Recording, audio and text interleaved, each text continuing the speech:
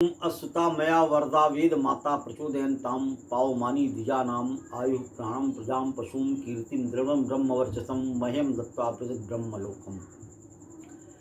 राम कथा के वैचारिक श्रृंखला में आज महावीर वेदज्ञ हनुमान जी के बारे में अपना हम विचार देंगे। वाल्मीकि रामायण के अनुसार जहाँ तक हनुमान जी के बारे में मैं समझ पाया हूँ, मैं वो विचार दूंगा। हनुमान जी जैसे योद्धा पैदा नहीं होते, तैयार किए जाते हैं। जैसे राम एक पूरी नियोजित ढंग से एक योद्धा तैयार किए गए, ऐसे ही बजरंगबली हनुमान जी वो भी ऋषि मुनियों की एक पूरी नियोजित तरीके से एक महान व्यक्तित्व योद्धा तैयार किया गया। राक्षसों से निजात पाने के लिए ये पूरी योजना थी। किष्किंधा दक्षिण तरफ जो है ये स्थित, यहाँ पर एक मांडलिक राजा हुआ करते थे, राजा पवन।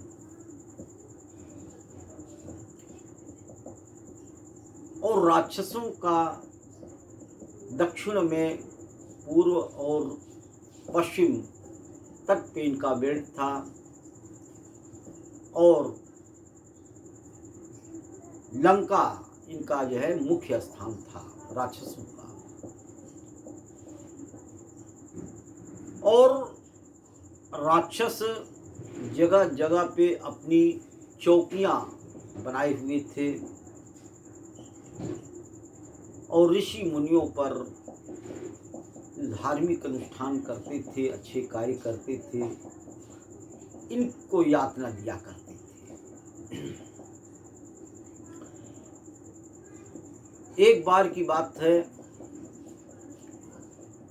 राजकुमार पवन 18 साल की उनकी अवस्था थी जब उन्होंने देखा कि चारों तरफ चीत्कार मचा हुआ है, ऋषि मुनियों को राक्षस यातना दे रहे हैं, मार रहे हैं, त्राहिमाम हो रहा था।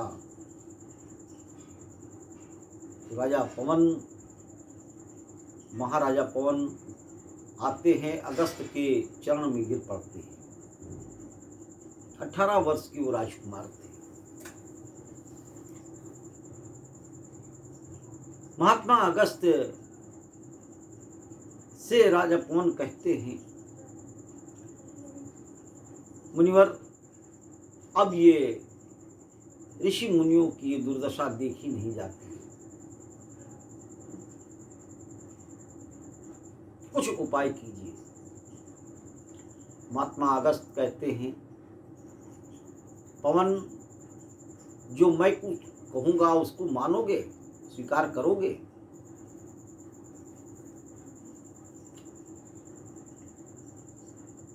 राजकुमार पवन कहते हैं, मुनिवर ये हमारा जीवन आपको समर्पित है, लेकिन कुछ कीजिए। महात्मा अगस्त को भी ये लगा कि जैसा मैं चाहता था एक योद्धा के रूप में हमें ये मिल सकता है।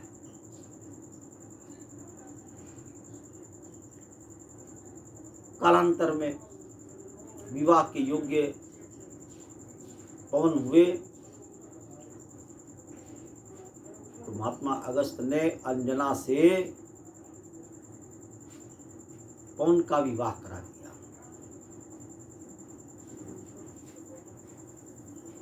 और एक शर्त रखा, देखो पवन, तुम्हें विवाह के पश्चात भी 12 वर्ष का कठोर ब्रह्मचर्य की तपस्या तुम्हें करनी पड़ेगी। उसके पश्चात ही तुम अंजना से मिलोगे। पवन ने कहा तथास्तु।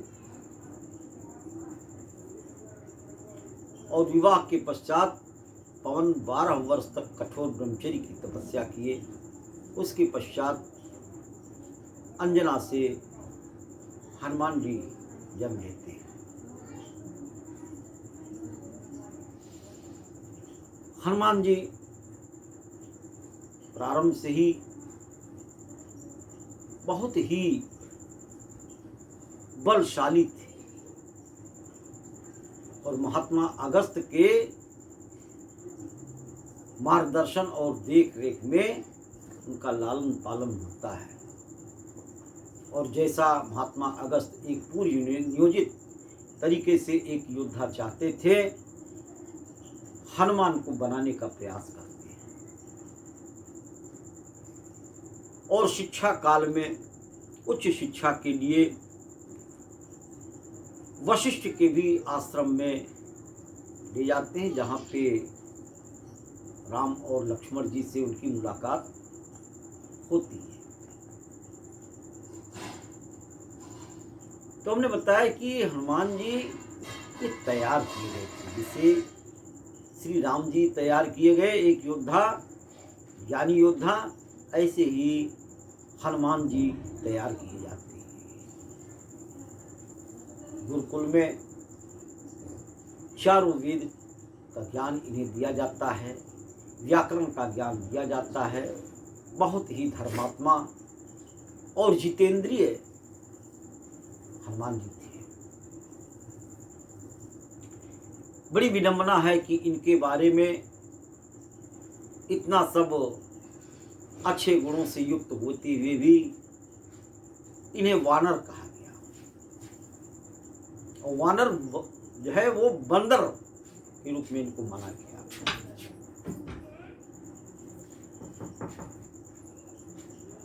और कपि भी कहा गया।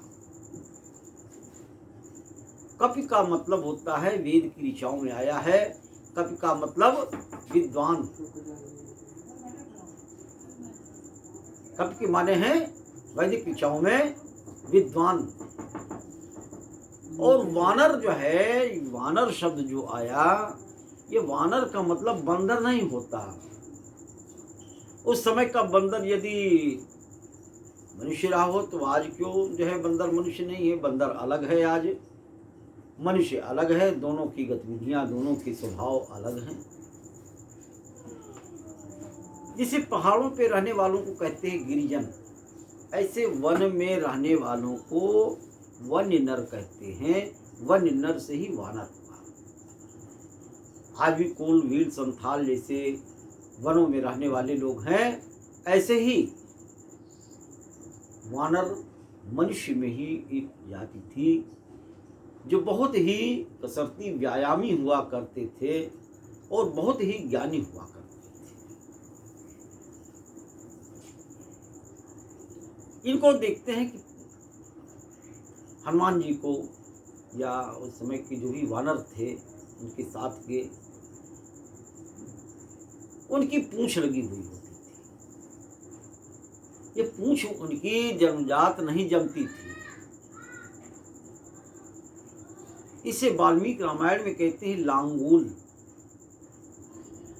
और ये लांगूल ये कमर में लगाया जाता था। राष्ट्र का ये प्रतीक होता था। हर जगह की अपनी संस्कृति है। वानर संस्कृति में लांगूल ये लगाया जाता था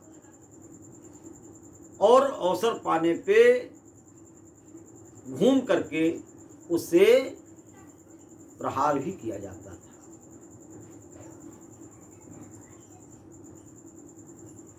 ये पूंछ नहीं था, लांगूल यंत्र था। और वानर को अपने पूंछ पर बहुत ही गर्व हुआ करता था। इसीलिए जब ये लंका में जाते हैं हनुमान जी और काफी तहस नहस कर देते हैं, तो इनको पकड़ लिया जाता है और रावण के पास लाया जाता है। तो रावण तो मृत्यु दंड देना चाहता है, लेकिन जो महानीतिवान विभीषण है उन्होंने कहा नहीं, दूत को कभी मृत्यु दंड नहीं देना चाहिए। फिर उन्होंने बताया कि क्या करना चाहिए। विभीषण ने कहा कि इनकी पूंछ जला दी जाए। पूंछ जलाने का मतलब होता है अपमान, क्योंकि ये राष्ट्रीय चिन्ह था लांगुल। तो राष्ट्र को किष्किंधा का अपमान करने के लिए ऐसा प्रस्ताव रखा गया कि इनकी पूंछ को जला दिया जाए। तो ये लांगुल था। अब आप देखें, बाली को भी पूंछ थी, सुग्रीव को भी पूंछ थी।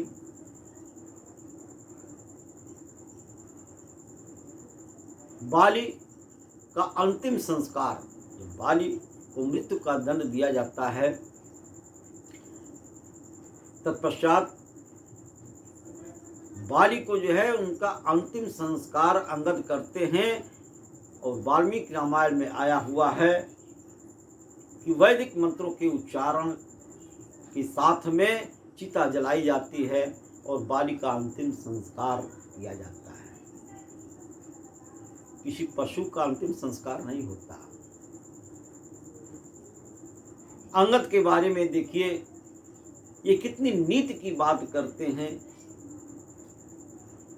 जब ये लंका में इनकी सेना पहुंच जाती है राम की, तो उनको मनाने के लिए, रावण को मनाने के लिए कितनी नीतिपूर्ण बातें अंगद करते हैं। ये बंदर नहीं, वानर।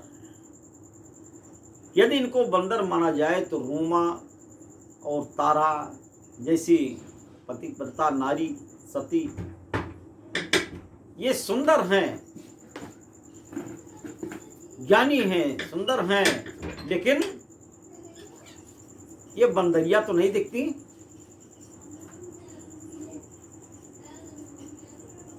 तो यही कहना चाहूंगा कि हनुमान जी ये बंदर नहीं थे। हनुमान जी तो बड़े नीतिज्ञ व्यक्ति थे, कुशल पुरोहित थे, वेद के ज्ञाता थे। आइए देखते हैं, लंका में हनुमान जी आ जाते हैं। सीता जी के मिलने के बाद वहाँ पर जितने वहाँ के जो बगीचे थे उसको तहस नहस कर देते हैं। वहाँ के जो रावण और राक्षस हैं उनको मारते हैं। अपने बल का परिचय देते हैं हनुमान जी। और वहाँ से जब लौट करके आते हैं सीता जी के पास में, तो बड़े गर्व के साथ कहते हैं सीता जी से, मेरी इच्छा है कि मैं अभी अपनी पीठ पर बैठा लूं और आपको भगवान राम के पास में ले चलूं। सीता जी क्या कहती हैं, अरे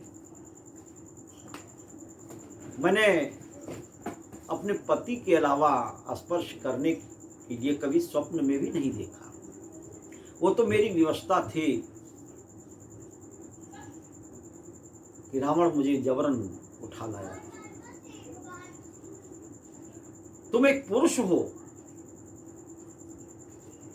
मैं तुम्हारा स्पर्श कैसे कर सकती हूँ? तुम्हारी पीठ पर बैठ के मैं जाऊं। ये कहने का हमारा तात्पर्य था कि हनुमान जी वानर थे, बंदर नहीं थे और बड़े ही नीतिवान व्यक्ति थे।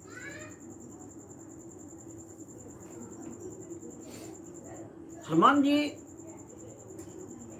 ब्रह्मचारी थे। ब्रह्मचर्य की 4 कैटेगरियां हुआ करती हैं। आदित्य, वसु, रुद्र और नैष्टिक, सबसे उच्च कैटेगरी आदित्य की होती है, जो हनुमान जी थे। जितेंद्रिय व्यक्ति थे। सीता की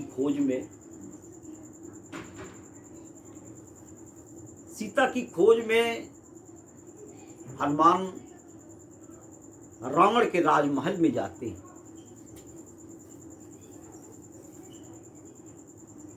रात था, उन्होंने देखा कि कहीं सीता जी जरूर मिलेंगी। सब सोए हुए थे। राजमहल में जहां पे रावण का शयन कक्ष था, वहां तक आते हैं और वहां उन्होंने देखा कि रावण मदिरा पान करके पड़ा हुआ है और उसके चारों तरफ उसकी जो रानियां थीं वो भी मदिरा पान करके पड़ी हुई हैं। वहां वो देखता है कि सबसे सुंदर स्त्री तो सीता समझ करके उनके पास तक जाते हैं। वहां की अर्धनग्न स्त्रियों को हनुमान जी ने देखा, उन्हें बड़ा ग्लानि हुआ कि अरे हनुमान, तू तो एक आदित्य ब्रह्मचारी है, सोती हुई स्त्रियों को अर्धनग्न अवस्था में तू देख रहा है। उन्हें बड़ा ग्लानि हुआ हनुमान जी को, अरे मैं ये क्या कर बैठा।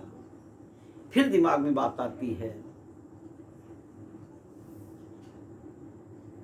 वाल्मीकि रामायण में आया हुआ है, कामन दृष्ट्वा मया सर्वा विश्वस्ता रावण स्त्रिय न ही मे मनसा किंचित दैत्युपद्यते।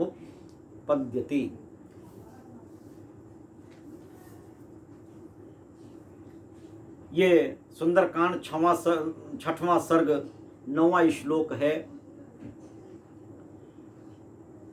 हनुमान जी कहते हैं कि मैंने वहां पर अर्धनग्न सोती हुई स्त्रियों को मैंने देखा और मुझे ग्लानि हुआ, लेकिन फिर भी मेरे मन में विचार आया कि अरे हनुमान, तू तो ब्रह्मचारी है, तुझे देखना नहीं चाहिए। फिर विचार आते हैं कि अरे मैं तो सीता माँ की खोज में आया हुआ था और उस सुंदर स्त्री मंदोदरी को मैं सीता समझ बैठा। तो ऐसे थे हनुमान जी के विचार।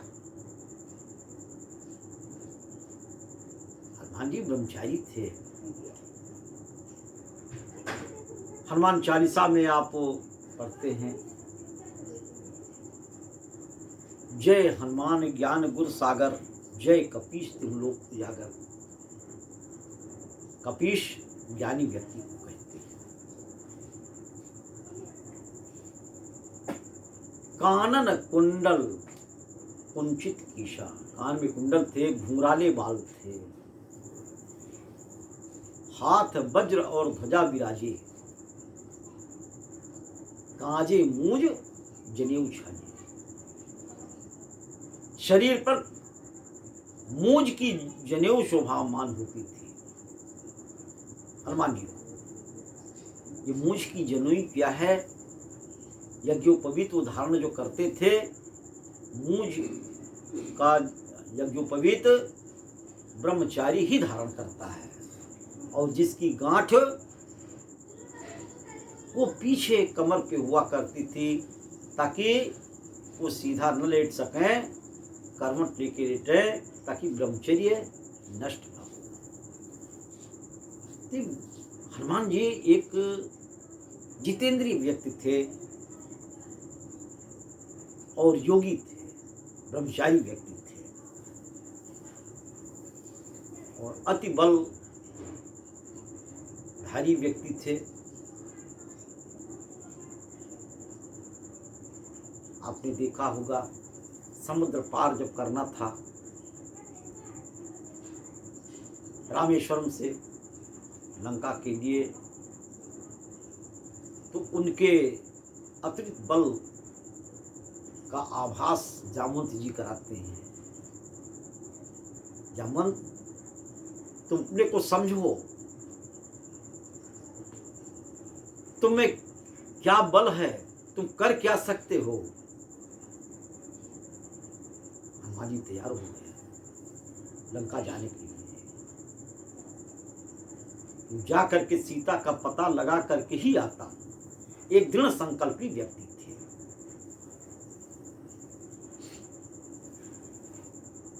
संजीवनी बूटी लाने के लिए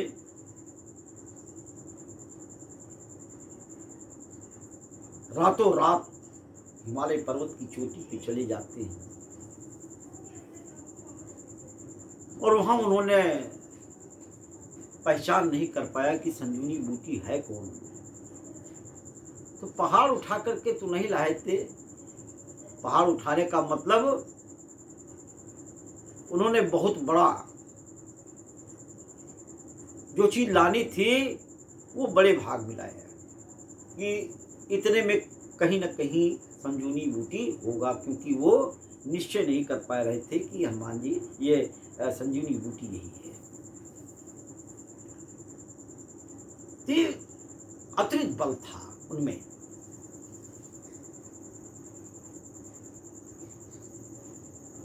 रावण जब परीक्षण करता है अपनी सैन्य शक्ति का, अपनी लंका का, हनुमान जी देखते ही देखते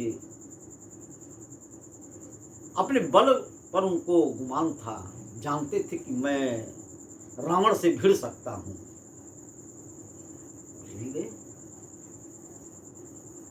हनुमान जी पर भरोसा किया जा सकता है। एक दृढ़ संकल्पी व्यक्ति थे, एक दृढ़ संकल्पी व्यक्ति थे और राम को उन्होंने सहारा दिया तो पूरा पूरा निभाया।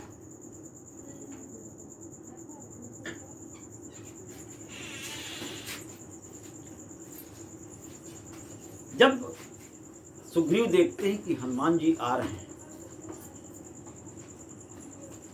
राम और लक्ष्मण दोनों को आते हुए उन्होंने पंपापुर सरोवर की तरफ आते हुए देखा सुग्रीव ने, तो उन्हें कुछ डर का आभास हुआ और हनुमान जी से कहते हैं कि ऐसा तो नहीं कि बाली ने इनको भेज रखा है। हनुमान, तुम तो बड़े वाक्पटु हो, बातों से किसी को मोह लेते हो। वेश बदल करके ब्राह्मण के वेश में जाओ और देखो ये दो महाबाहु जो आ रहे हैं, ये कौन है, इनका परिचय तो लो। कहीं ऐसा तो नहीं कि बाली ने इनको भेजा है। हनुमान जी आगे बढ़ते हैं, जैसा कि मानस में आया है, उनसे प्रश्न करते हैं। कठोर भूमि कोमल पदगामी, यहाँ कहाँ सज्जन को बसा। अपनी बातों से राम और लक्ष्मण को लुभा रहे हैं,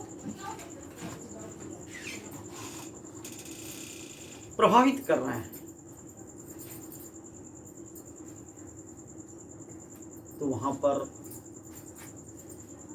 हनुमान जी की बातें सुन करके रामचंद्र जी लक्ष्मण जी से कहते हैं कि अरे लक्ष्मण, तुम्हें जानते हो कौन है? ये हनुमान है।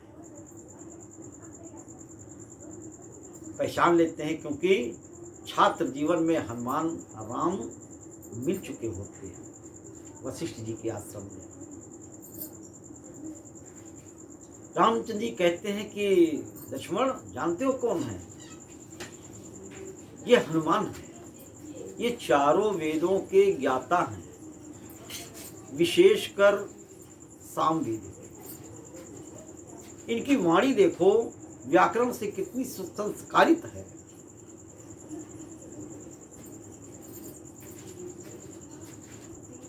और ये जब बोलते हैं तो इनका चेहरा कितना सपाट है।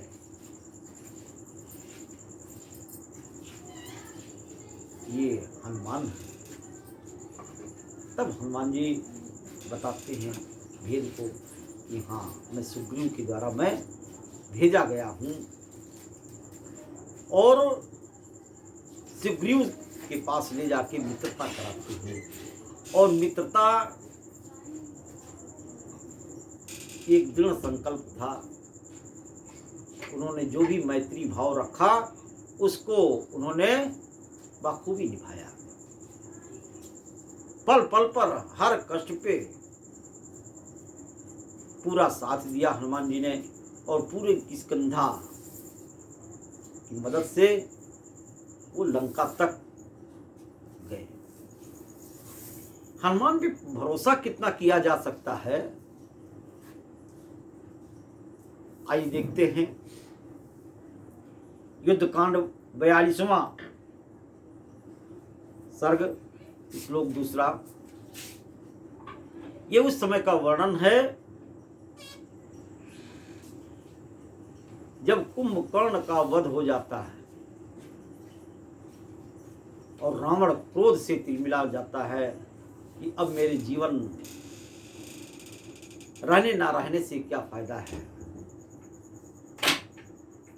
अब मेरी मृत्यु ही हो जाए तो ही अच्छा है। मेघनाद रावण की स्थिति को देख करके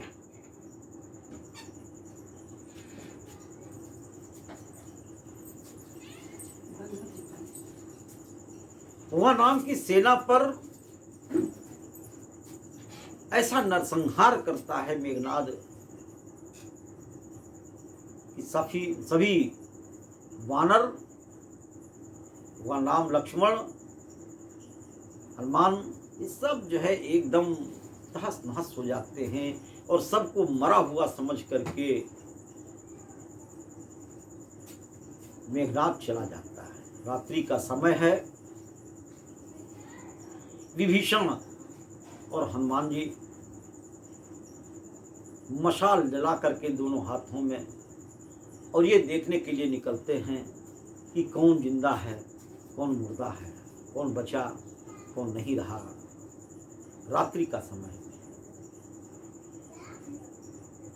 विभीषण मशाल जलाते हुए जामवंत जी के पास पहुंचते हैं।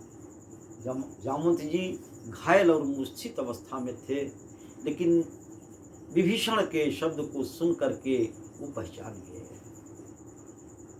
विभीषण जी पूछते हैं जामवंत जी से, आप ठीक तो हैं? विभीषण जी के बात को सुन करके उनको शब्द को पहचान गए कि विभीषण ही हैं।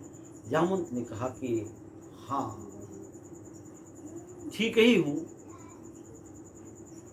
बहुत घायल हूँ। ये बताइए हनुमान जी हैं, ठीक हैं?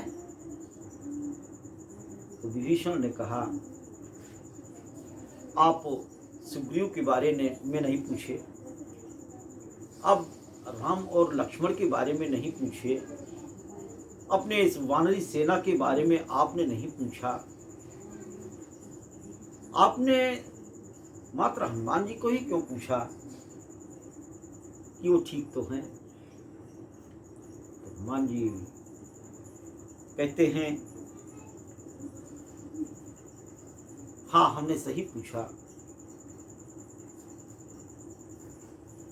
युद्धकांड 42वां सर्ग और श्लोक 16 में आता है,